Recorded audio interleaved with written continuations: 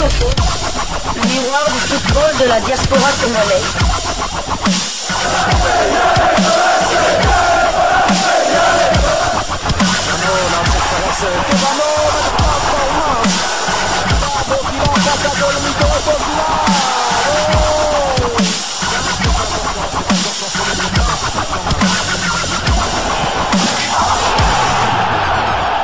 Diasco Foot, le miroir du football de la diaspora congolaise. Vous êtes sur Diasco Foot, le miroir du football de la diaspora congolaise. Diasco Foot vous dit bonjour, tout le plaisir est pour nous de vous retrouver, mais surtout de savoir que vous êtes nombreux en train de suivre votre chaîne YouTube dédiée uniquement aux footballeurs de la diaspora congolaise. C'est l'heure de partager avec vous quelques news que nous avons pu récolter pour vous, des news concernant certains de nos internationaux ou des binationaux qui se sont illustrés dans leurs clubs respectifs. Et cela dans le cadre de cette deuxième livraison sportive de ce dimanche 19 janvier 2025. Une livraison qui nous emmène du côté de la Grèce, en Grèce, pour parler d'un revenant. Vous étiez quand même assez nombreux à nous poser la question concernant ce léopard, en particulier un de nos abonnés, qu'il m'excuse, hein, j'ai oublié quand même son nom, mais il se reconnaîtra au travers cette deuxième livraison de ce dimanche. Lui qui voulait en savoir plus sur le léopard de Sébastien Desabre, Aaron Chibola, celui-là même qui avait débloqué un match difficile du côté de Franceville en inscrivant l'ouverture du score face aux Panthères du Gabon de Pierre-Emerick Aubameyang. Vous l'avez compris, il s'agit d'Aaron Chibola. Aaron Chibola, dans votre chaîne YouTube Diasco Foot, nous ne parlions plus de lui parce qu'il n'avait plus de club. Aaron Chibola ne faisait que faire des entraînements privés. Et donc on ne pouvait pas continuer à parler ainsi de lui tant qu'il ne faisait toujours pas partie de l'actualité. Mais maintenant qu'il vient de rebondir et surtout de faire un retour en Europe, nous parlons d'Aaron Chibola dans le cadre du Mercato. Et c'est nos confrères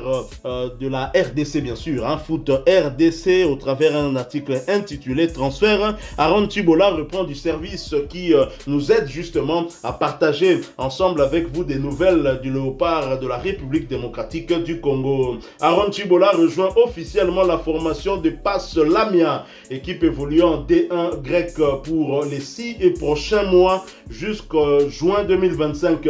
L'annonce a été faite par le club grec sur ses réseaux sociaux. Le milieu défensif international congolais était sans club depuis son départ de Hatta des Émirats Arabes Unis. C'est une bonne nouvelle pour lui, surtout au regard des prochaines échéances avec la sélection nationale. Lui n'a joué avec les Léopards depuis la Coupe d'Afrique des Nations Cannes en janvier. Il avait redoublé les séances de mise en forme personnelle depuis quelques temps, sachant qu'il allait retrouver des terrains sous peu. L'ancien joueur de Reading en Angleterre, arrivé chez la lanterne rouge du championnat grec avec une mission claire qui est de stabiliser l'entrejeu de l'équipe pour aller chercher le maintien.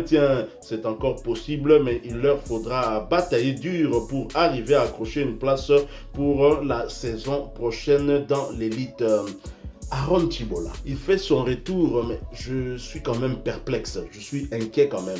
Un contrat de 6 mois dans un club relégable actuellement qui va donc devoir batailler dur pour se maintenir dans l'élite grecque, ça va quand même être compliqué. Donc on peut déjà supposer et se projeter vers l'avant, se dire qu'Aaron Chibola dans 6 mois risque de se retrouver encore sans club et ça pourrait être compliqué. Et dans ce type de situation, difficile d'envisager son retour dans la tanière, surtout avec des pépites que Sébastien Desabre a eu à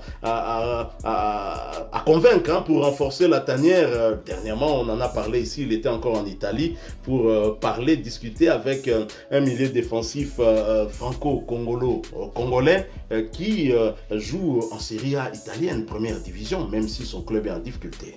Tout à fait. J'étais aussi parmi les personnes qui se posaient des questions sur l'avenir d'Aaron Chibola. Qu'était-il devenu? C'est vrai que son contrat arrivait à expiration au mois de juin dans le club de Data qui évolue en première division des Émirats Arabes Unis, mais qui avait terminé aussi dernier, qui était descendu en deuxième division. Mais après la chute de son club, il n'y a eu plus rien. Alors qu'il était en fin de contrat, donc il pouvait signer dans le club de son choix à sa guise. Mais là, bon, je suis heureux pour lui qu'il y retrouve quand même un bon niveau. Un bon niveau. Il signe quand même la première division grecque, ce qui n'est pas rien. C'est quand même un autre niveau par rapport au championnat des Émirats Arabes Unis ou bien au championnat de Chypre, là où il était avant. Mais son club est quand même dernier au classement. Ça serait peut-être un miracle. Je ne sais pas en fait combien d'équipes descendent, mais son club est dernier au classement avec 9 points. L'avant-dernier à 12 points. Si les deux premiers descendent, d'accord. S'il n'y a que le dernier qui descend et l'avant-dernier fait un match de barrage, il pourra encore espérer. Mais le 12e est à 18 points. Donc 9 points de plus que la Machina qui gagnait qu'une seule fois en 18 rencontres cette saison. Donc on va un peu se renseigner comment ça marche là du côté de la Grèce, mais ça sera vraiment compliqué. Mais toutefois on est quand même heureux pour lui. On est heureux. C'est vrai que depuis qu'il a quitté la tanière, il y a d'autres joueurs qui sont venus, qui jouent et dans son compartiment, ils sont nombreux. Des joueurs très très jeunes qui n'ont pas encore 21 ans, qui viennent avec un gars comme Noah Sadiki. Il a eu 20 ans. Il y a un mois quand le 17 décembre. Donc fraîchement, à Otozoka, 20 ans fraîchement là. Donc ça sera vraiment compliqué, même s'il retrouve un très très bon niveau, en sachant déjà que lui qui était titulaire, lui qui formait un binôme avec Moutoussamy, lui qui avait d'ailleurs marqué un but, le premier but sur corner lors de notre victoire du côté de France 8 face au Gabon. Mais depuis que Charles Piquel était là, il avait pu vraiment voir au chapitre. La dernière fois qu'on l'a vu, c'était lors de la dernière CAN en Côte d'Ivoire, mais là ça sera vraiment compliqué en tout cas, mais on lui souhaite quand même bonne chance, et de toute façon c'est le terrain qui jugera ses performances et qui sommes-nous pour dire qu'il a toujours sa place ou pas. Plus important, comme le dirait Chancel Mbemba, c'est qu'il retrouve du temps de jeu. Et je pense que d'abord pour sa carrière personnelle, c'est très important. Bon, maintenant, la porte de la tanière n'est pas fermée. Il faut simplement être au niveau, à un très bon niveau, et aussi faire face à la concurrence dans la tanière. Donc, la concurrence qu'il avait lorsqu'il était titulaire en équipe nationale n'a rien à voir avec la concurrence actuelle. Il n'a rien à voir du tout avec... Parce que vous avez des joueurs qui sont titulaires indiscutables du côté de l'Union Saint-Gilloise, 3e au championnat de Belgique, qui joue l'Europa League. Vous avez un autre qui joue pratiquement chaque match, que ce soit comme titulaire ou que ce soit comme... Et qui se permet même d'inscrire un doublé en Champions League. Et une équipe qui a plus de 20 matchs, qui est invaincu depuis plus de 20 rencontres, même si ça sera très très compliqué lors de leur prochain match. Ça serait vraiment un défi de garder leur invincibilité, en sachant que Liverpool a tout gagné en Ligue des Champions. Mais ça, c'est une autre histoire. Et vous avez encore... Sans oublier Dokaïme qui est toujours là. Vous avez Mfoulou qui joue quand même régulièrement du côté de Deportivo La Corogne en Liga 2 espagnole. Et vous avez parlé de Warren Bond qui peut toujours venir et qui joue aussi dans ce secteur de jeu là, mais ça sera vraiment très très compliqué. En tout cas, mais de toute façon, bonne chance à lui, on le suivra, ses performances et comme on le dit toujours, terrain des feux et l'eau-bas. Nous allons toujours parler mercato pour conclure cette deuxième livraison sportive de ce dimanche 19 janvier 2025 mercato par rapport à l'homme du moment. L'homme du moment, ce n'est pas Moussé Kinding. L'homme du moment, c'est très clairement Yohan Wissa.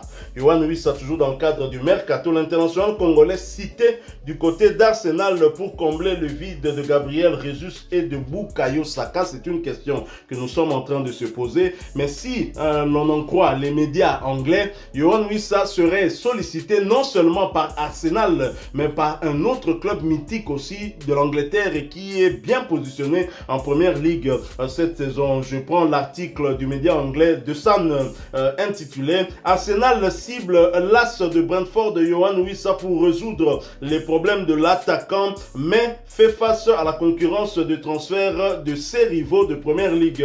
Arsenal prépare une décision choc pour Yohan Wissa afin de résoudre sa crise d'attaquant, a-t-on rapporté. Les résidents du nord de Londres sont à la recherche d'un nouvel avant-centre après que Gabriel Jesus ait subi une déchirure du ligament croisé antérieur lors de leur défaite au 3e tour de la FA Cup contre Manchester United le week-end dernier. Et selon certaines informations, le tueur à gages de Brentford, Wissa, figure sur la liste restreinte des candidats des Gunners pour combler le vide laissé par Jesus.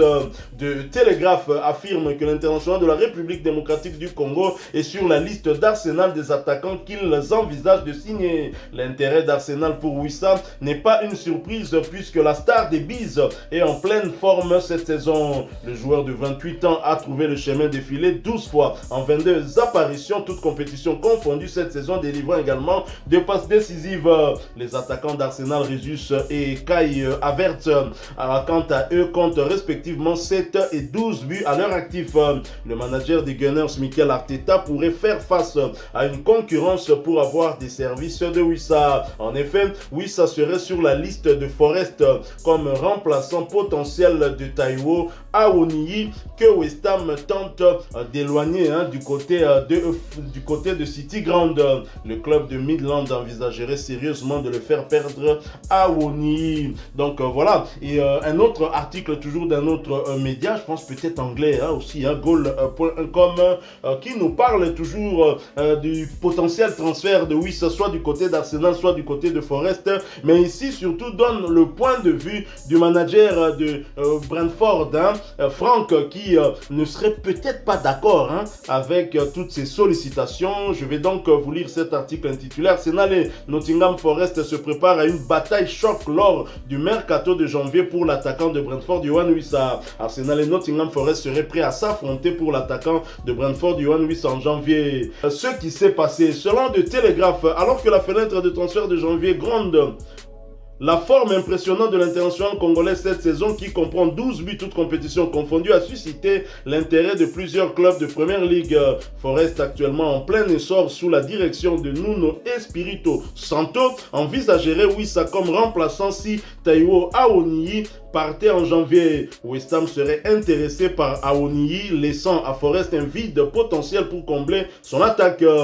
Arsenal souhaite également ajouter Wissa à son effectif alors que Mikel Arteta cherche à soigner les blessures des joueurs clés Gabriel Jesus et Bukayo Saka. La capacité de Wissa à jouer parmi les 3 premiers a fait de lui une option particulièrement attrayante pour l'Espagnol. La flexibilité de l'attaquant et ses prouesses en matière de but ont établi des comparaisons avec son coéquipier de Brentford, Brian Mbeumo, qu'un autre joueur d'Arsenal a surveillé. Ce qu'a dit Thomas Frank, le manager de Brentford, Thomas Frank, est cependant déterminé à conserver ses meilleurs talents.